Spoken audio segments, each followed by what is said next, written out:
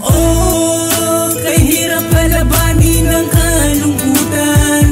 Wala kang masasandalan at wala kang mapagsabihan ng lahat. Kahirap palabanin ang kalungkutan, walang mapagsabihan, lalo na pag ika'y nag-isa. Ako'y palangiting mapagbirot, may pagkasiga, may pagkapilyo man. Ako'y takot mag-isa, kaya't kung minsan ako ay sinasabihan na duwag ng mga wapang husgang walang alam at bulag.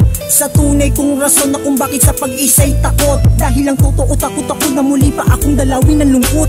Lungkot na dulot ng pagkasawi ng pag-ibig, multong bumabangungot sa akin ng paulit-ulit upang iparamdam sa akin ang sakit na pilit ko na nilalabanan. Tama ng alak ang gamit na may pangsamantalang aroma ng kaginhawaan, ngunit di ko pa din matakasan piitan ng kalungkutan. Kaya't ako ay nagpasya na putulin ng sumpa, kahit na alam ko pang ito'y labag kay Ama. Dahil mabuhay sa bawat bukang liwayway ay biyaya, patawad di ko na mamamasdan pa ang umaga.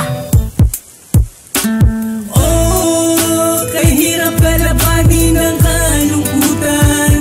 Wala kang masasandalan at wala kang mapagsabihan ng lahat. Kahirap palabanin ang kalungkutan, walang mapagsabihan, lalo na pag ika'y iwasang maglasing, pagsawi ka sa pag-ibig, mas gustong mapag-isa at makinig ng mga himig. Kahit paano maibsan ang emosyon mo at puot na kahit pansamantala ay makalimot sa lungkot. Na yumayakap sa tuwing nagigising sa ilusyon. Nakala ko ay tunay, yun pala'y imahinasyon. Ang hirap kalabanin ng sariling kalungkutan, yung wala kang karamay at di ka maintindihan. Pakiramdam ko ay marami ang mapangkapit, tanging sarili ko na lang ang masasabing kakampi. At sa bawat makikitang mga taong may ngiti, di maiwasang mainggit at bumalik ang pighati sa aking pusong nagpasakop sa matinding kalungkutan dahil sa karanasan at matindi kong kabiguan. Patawarin niyo ako, ito ang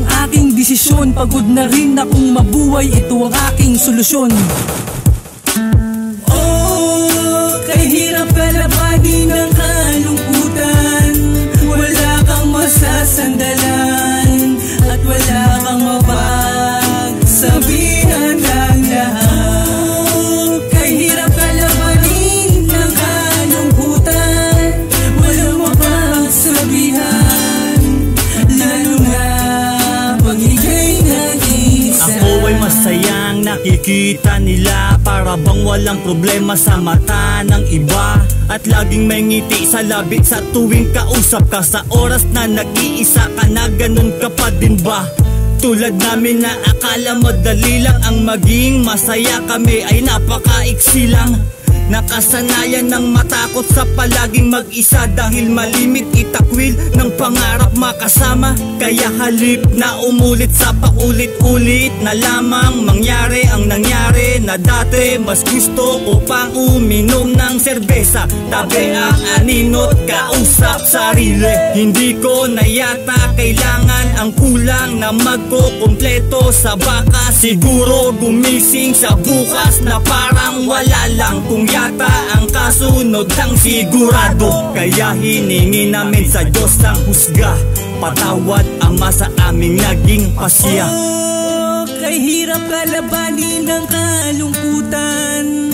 Wala kang masasandalan at wala kang mapagsabihan ng lahat. Kahirap